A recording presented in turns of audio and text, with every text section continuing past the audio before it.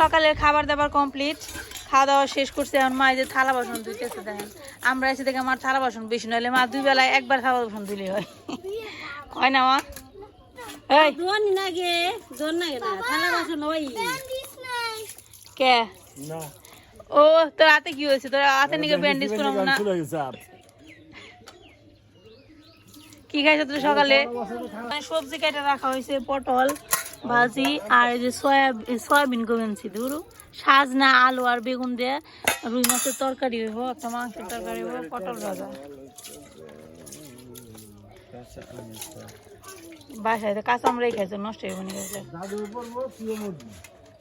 তুমি না তো আম ভর্তা পছন্দ করো, আম ভর্তা বানালে না? গাছের আম আছে।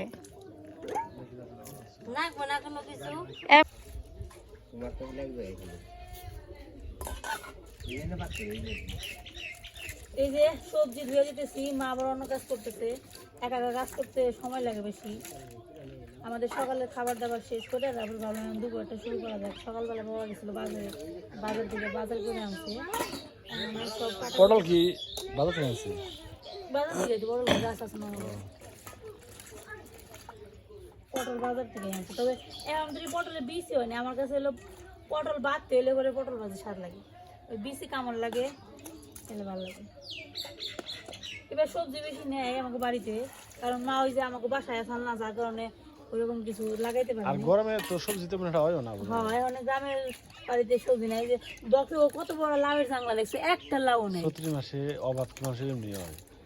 আমার মার মিষ্টি কুমড়া গাছ কতটি, একটা মিষ্টি কুমড়া ধরছাল না, ওই যে আমাকে বসে পাঠাইছিল ওই একটাই, আর ধরেই নেই। সাজনা এলো বাজার থেকে কিনে আনছে।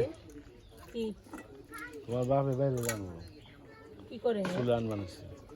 হাই রে, আরেকজন আরেক কি কাছে আনো, কাছে আনো। এগুলো হচ্ছে গ্রামের সাজনা। এখানে আশেপাশের অনেক এলাকা আছে, তো সেখান থেকে হয়তো বা এগুলা নিয়ে আসে। সাজনাগুলো খুব সুন্দর, মানে ভিতরে রস আছে, নরম। হ্যাঁ, সাজনা আমার খুব ভালো লাগে এই সিজনে সাজনা তরকারি খেতে।